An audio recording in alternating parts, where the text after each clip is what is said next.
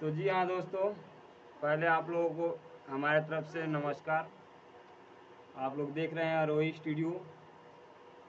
जो आरोही अभी यहाँ बैठी हुई है, देख सकते हैं।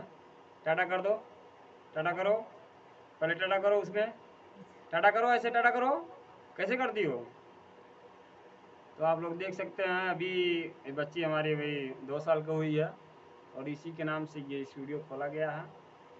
और अभी जो है ये लोग आए हुए हैं, जो गौरी विहार चल के आए हुए हैं, जो हमारे रिलेशन के लोग हैं।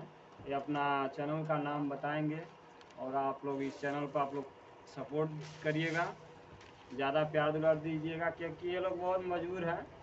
और जो लोग मजबूर होते हैं उन लोगों का सहयोग करना चाहिए, क्योंकि सहयोग में किया हुआ चीज़ कोई भूलता नहीं है।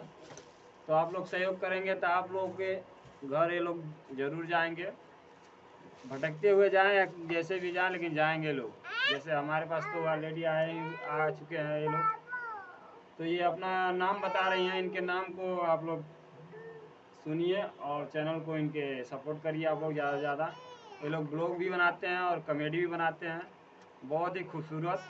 आप लोग इनके चैनल पे हमारे लिंक में खोलिए और इनके चैनल पे जाइए, आप लोग अपने दोस्तों में शेयर करिए। तो अपना चैनल का नाम बता दीजिए एक बार। प्रियंका निषाद यूपी 53। और एक ये दूसरा भी चैनल है जो महेंद्र निषाद 123।